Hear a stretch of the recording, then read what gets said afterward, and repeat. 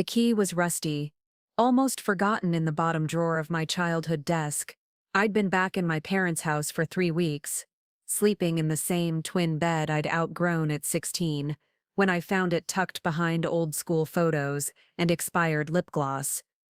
Such a small thing. Really, brass, tarnished, with a tiny heart-shaped head. But when I held it up to the light streaming through my bedroom window, something cold settled in my stomach. I knew exactly what had opened, and I knew my parents had lied to me for 15 years. I'd love to know which corner of the globe you're watching from. And if this story speaks to you, make sure to subscribe. Tomorrow's video is one you absolutely can't miss. The boxes from my marriage sat stacked against the wall like a monument to failure. 3 cardboard towers holding the remnants of what I'd thought was my forever life, with Derek, kitchen appliances we'd registered for, books we'd shared, picture frames that once held our smiling faces, now they just held empty space. I sat on the edge of my childhood bed, staring at the familiar lavender walls my mother had painted when I was 12. The same walls that had witnessed my first heartbreak, my high school graduation anxiety, my college acceptance joy. Now they were witnessing something else entirely. The complete unraveling of the adult I'd tried so hard to become. The divorce had been brutal. Not just the legal proceedings, though those had drained every penny from our joint savings. It was the way Derek had looked at me during mediation, like I was a stranger he'd accidentally married, like the woman who'd supported him through law school, who'd postponed her own dreams to be the perfect wife, had never existed at all. "We just grew apart," he'd told the mediator, his voice flat and rehearsed. But I knew the truth. We hadn't grown apart. He'd grown toward someone else, someone younger, someone who didn't ask questions about late nights at the office or mysterious credit card charges. My mother had been sympathetic when I'd called from my empty apartment that final night. "Come home, sweetheart," she'd said, her voice warm with the kind of unconditional love I'd forgotten existed. "Your room is exactly how you left it. We'll figure this out together." So here I was, 32 years old, stuffing my life back into the pink dresser drawers of my teenage years. The irony wasn't lost on me. I'd spent my entire 20s desperate to prove I was independent, successful, worthy of respect. Now I was back where I'd started, except this time I had credit card debt and a deep understanding of how cruel the world could be.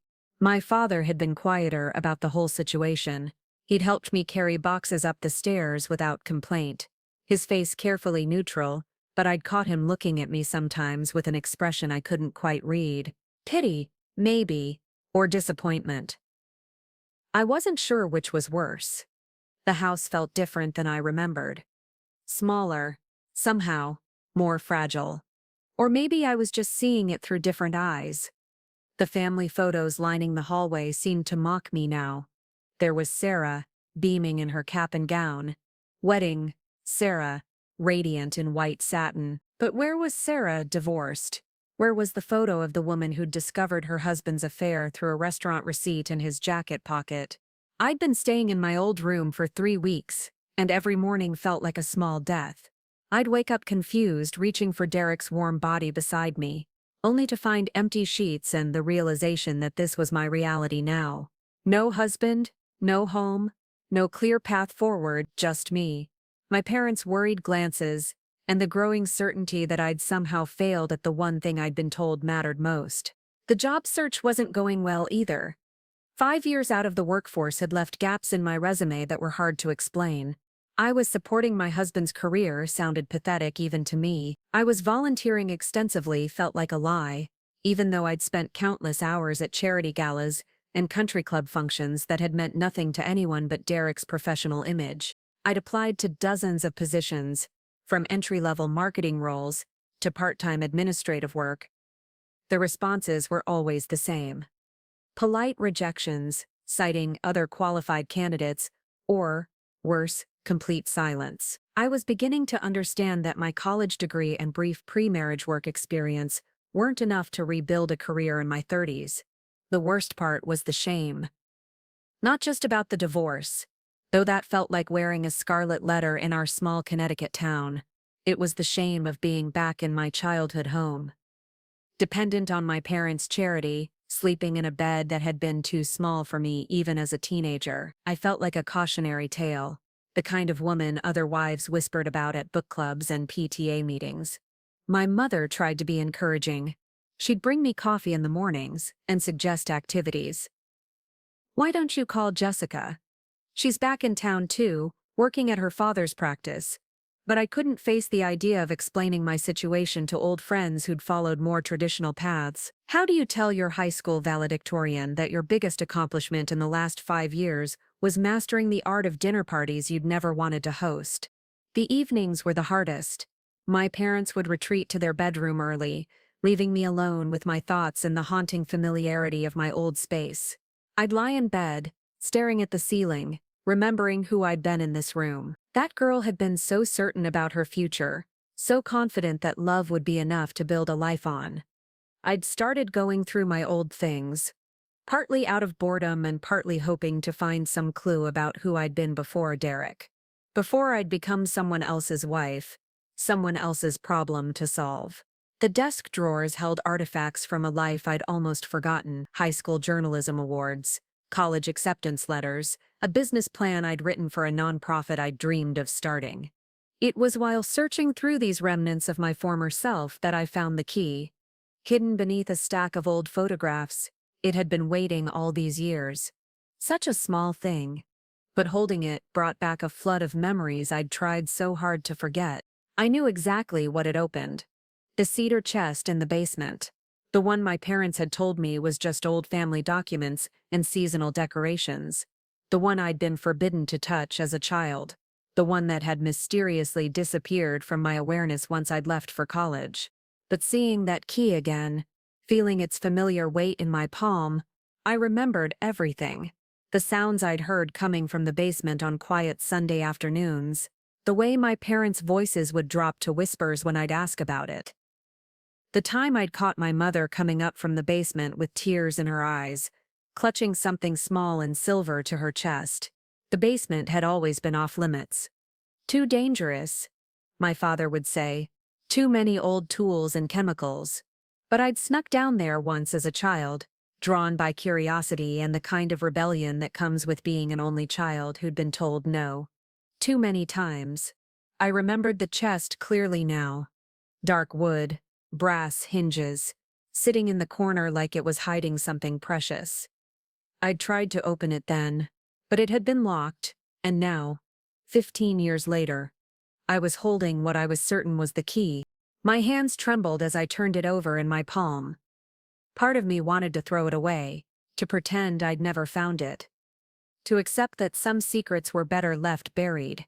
But another part of me, the part that had been slowly dying since my marriage fell apart, was desperate for answers. For something, anything that might explain why I felt so lost, so fundamentally broken. The house was quiet around me. My parents already asleep. I could hear the familiar sounds of the old building settling, the whisper of wind through the oak trees outside my window. Everything was exactly as it had been in my childhood. Except for me. I was different now. Older, more broken, but also more determined to understand the truth. I stood up from the bed, the key clutched in my fist, and made a decision that would change everything. Whatever my parents had been hiding in that basement, whatever they'd locked away all these years, I was going to find out. I was tired of being the woman who accepted other people's versions of the truth. I was tired of being the daughter who didn't ask questions, the wife who ignored red flags, the person who let others define her reality. It was time to define my own. The basement door was at the end of the hall, past my parents' bedroom. I'd have to be careful not to wake them, but as I crept toward it, key in hand, I realized I didn't care if they heard me. I was done asking permission for my own life. I was done accepting that some things were none of my business. Whatever was in that chest, whatever they'd been hiding, I was going to find it. And maybe, just maybe, I'd finally understand why coming home had felt less like returning to safety and more like stepping into a beautiful lie. The basement stairs creaked under my bare feet, each step a small betrayal in the sleeping house. I'd memorized which boards to avoid as a child, But 15 years had changed the rhythm of the old wood. My phone's flashlight cast dancing shadows on the concrete walls, making familiar shapes look foreign and threatening. The basement smelled exactly as I remembered. Mothballs, old paper, and something else I couldn't name. Something that reminded me of my grandmother's jewelry box, metallic and sweet. I swept the light across the familiar landscape of my childhood's forbidden territory. Holiday decorations in labeled boxes, my father's workshop area with tools hanging in perfect order. And there, in the far corner where I remembered it, the cedar chest. It looked smaller than my memories had made it. Dark walnut wood, brass corners green with age, sitting beneath a canvas tarp that my parents had obviously placed there recently, as if they'd known I might come looking. As if they'd been preparing for this moment. I pulled the tarp away, and the chest revealed itself in the pale light. The wood was more beautiful than I'd remembered, inlaid with a mother of pearl that caught my phone's beam like tiny stars. This wasn't just storage furniture.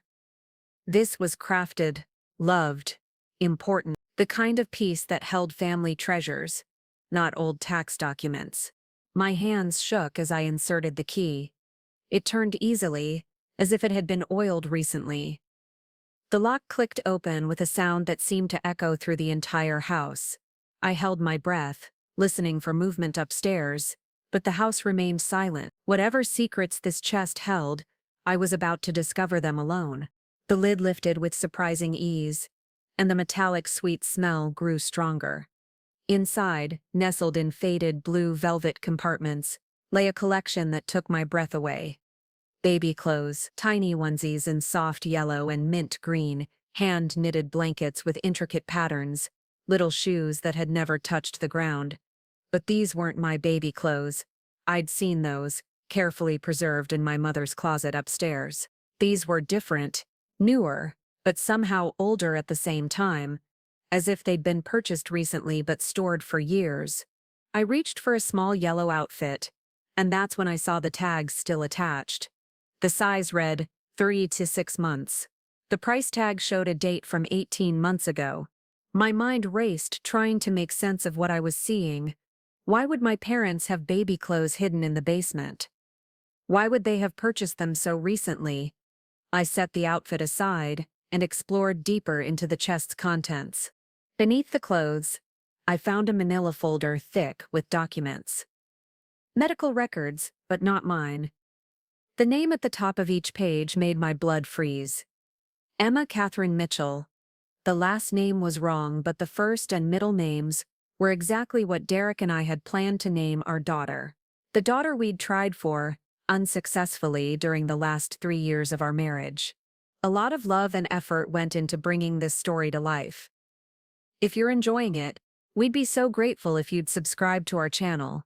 Now, back to where we left off. I fumbled through the papers with trembling hands.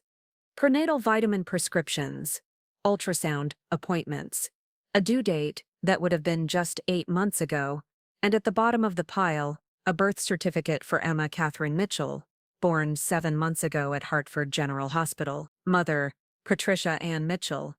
Father, unknown. The room spun around me. Patricia Mitchell was my cousin, my father's brother's daughter, who lived in California. We'd lost touch years ago, but I remembered her well.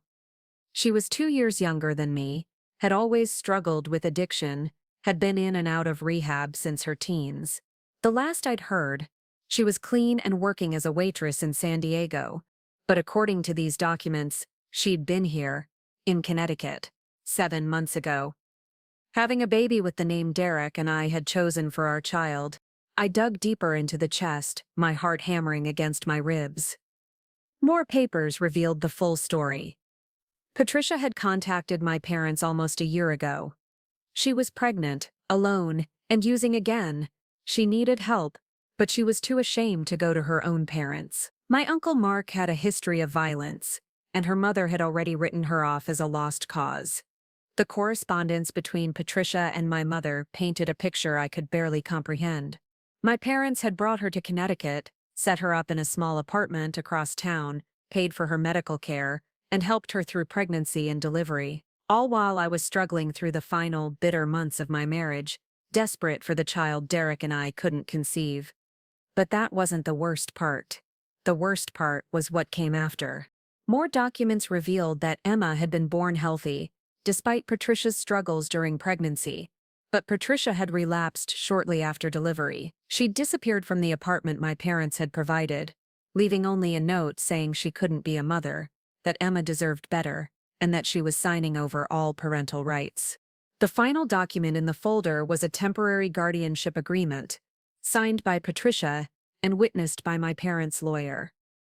Emma Catherine Mitchell was now in the legal custody of my parents who had told me just 3 weeks ago that they were glad to have the house quiet again now that I was their only child living at home. I sat back on my heels, the papers scattered around me like evidence of a crime I couldn't fully understand. My parents had been raising a baby for the past 7 months, a baby named with the names Derek, and I had chosen a baby they'd hidden from me completely. The questions came like a flood. Where was Emma now? Why hadn't they told me?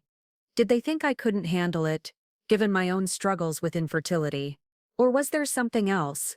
Something I wasn't seeing yet. I searched the rest of the chest frantically. More baby items emerged, toys still in packages, a baby monitor system, bottles and formula, a car seat, base. Everything needed to care for an infant. But no baby. At the very bottom of the chest, wrapped in a soft pink blanket, I found a photo album, the kind with clear plastic sleeves that my mother had always used for important memories. With shaking hands, I opened the first page. The image took my breath away. My mother, looking younger and more radiant than I'd seen her in years, holding a tiny baby with dark hair and perfect, delicate features. The baby was wearing one of the yellow outfits from the chest. In the background, I could see the nursery upstairs, the room that had always been my father's office, but which I'd noticed had been closed off since I'd moved back home. Page after page revealed a secret life my parents had been living. My father fed Emma with a bottle, his face soft with a tenderness I'd rarely seen. My mother is rocking her to sleep in the living room. I thought I knew so well. Emma taking her first bath, celebrating what must have been her first Christmas, reaching for toys I now recognized from the chest. In every photo, my parents looked complete in a way I'd never seen before.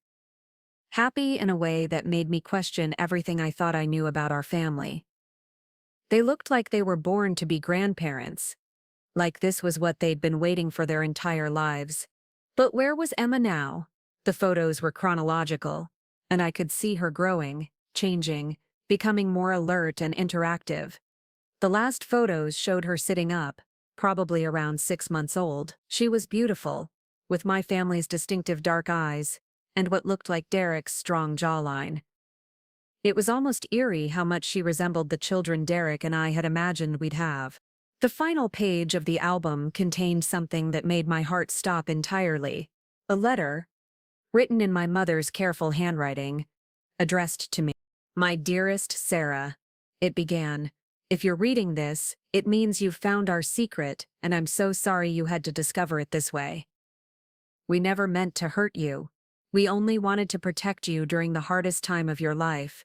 Emma is beautiful and perfect, and she needs a family. We're too old to raise another child properly, but we couldn't bear to see her go to strangers.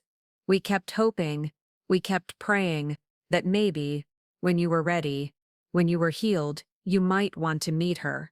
She's upstairs now, sleeping in the room we prepared for her. She's been waiting for you, sweetheart. We all have. The letter was dated just 2 weeks ago. 2 weeks after I'd moved back home. They'd been planning this revelation, waiting for the right moment. But I'd found it first, on my own terms. In my own time. I sat in the dark basement, surrounded by the evidence of my parents' secret life, and felt something shift inside me. Anger. Yes. Betrayal.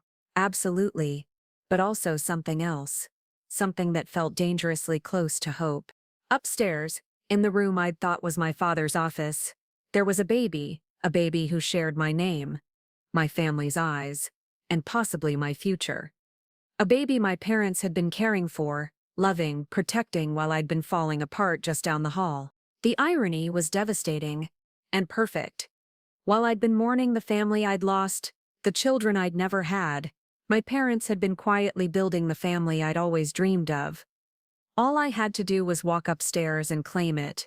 But first, I had to decide if I was brave enough to let hope back into my life. If I was strong enough to love something that could be taken away. If I was ready to stop being the woman things happened to and start being the woman who made things happen. The chest sat open beside me, its secrets finally revealed. But the real choice was waiting upstairs, probably in a crib I'd never seen, in a room I'd never entered. It was time to meet Emma. 2 years later, I stood in the kitchen of our new home, watching Emma take wobbly steps between the coffee table and the couch. At 2.5, she was fearless, determined, and absolutely certain that the world would catch her when she fell. It usually did, mostly because I'd become an expert at anticipating her every move. The house we'd bought was nothing like the pristine suburban palace I'd shared with Derek.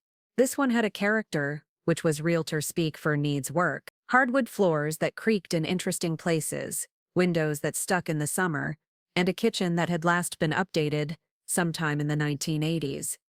But it was ours. Emma's finger paintings decorated the refrigerator, her toys colonized every available surface, and the sound of her laughter had soaked into the walls like sunshine.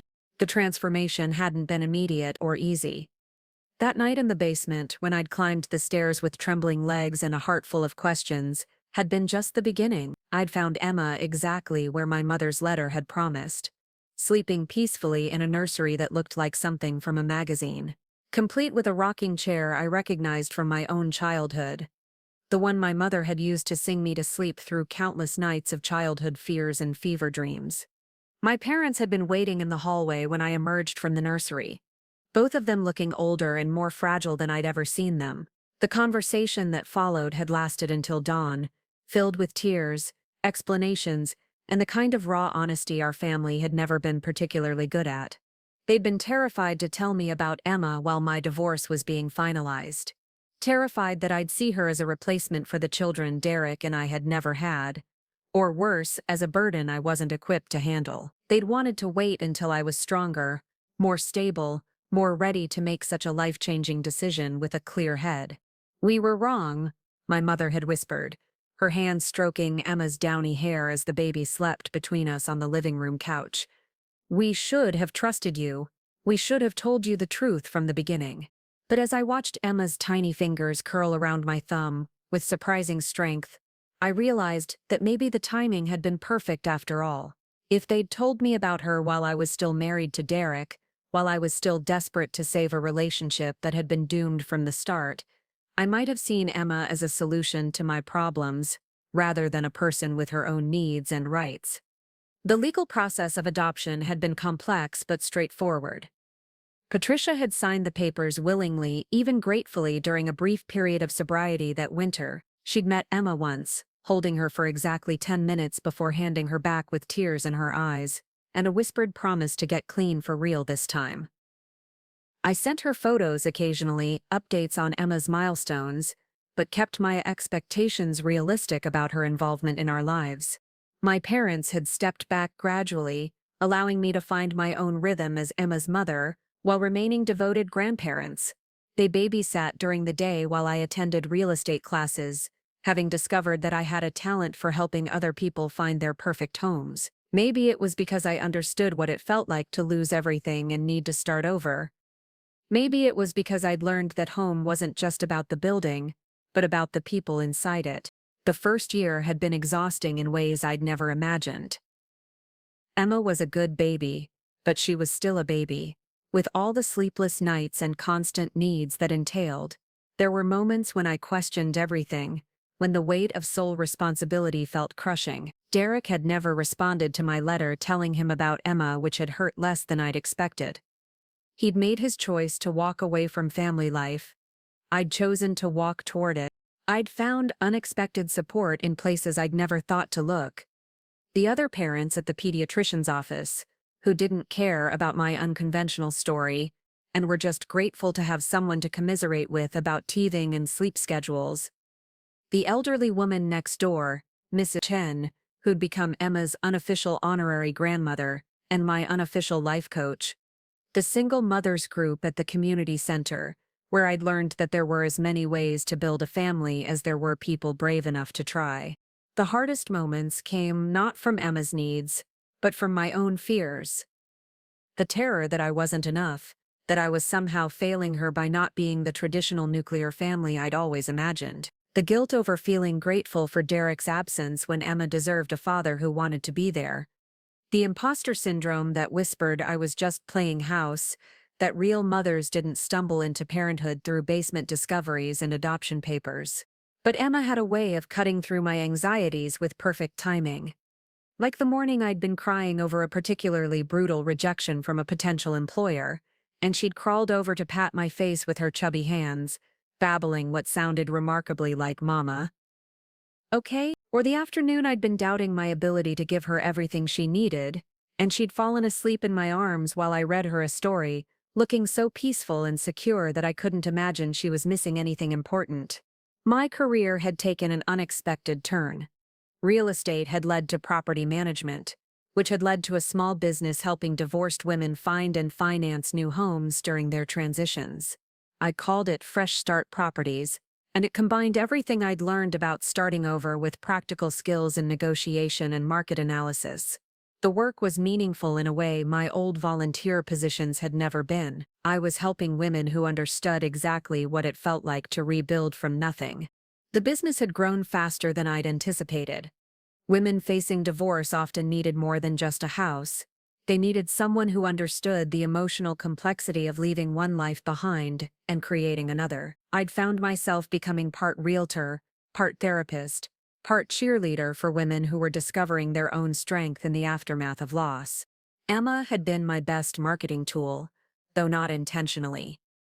Clients would see her playing quietly in my office, or sometimes napping in her stroller during property showings, and they'd relax in a way that surprised me. Here was proof that life could continue after everything fell apart, that families could be built in unexpected ways, that single motherhood wasn't a consolation prize but a different kind of victory. Last month, I received a call that changed everything. A national television show about women entrepreneurs wanted to feature my story. Not because of the drama of my divorce or the mystery of Emma's appearance in my life, but because of what I'd built afterward. The producer had found me through a client who'd shared her experience online, praising how I'd helped her navigate both the emotional and practical challenges of starting over. The interview had been surreal.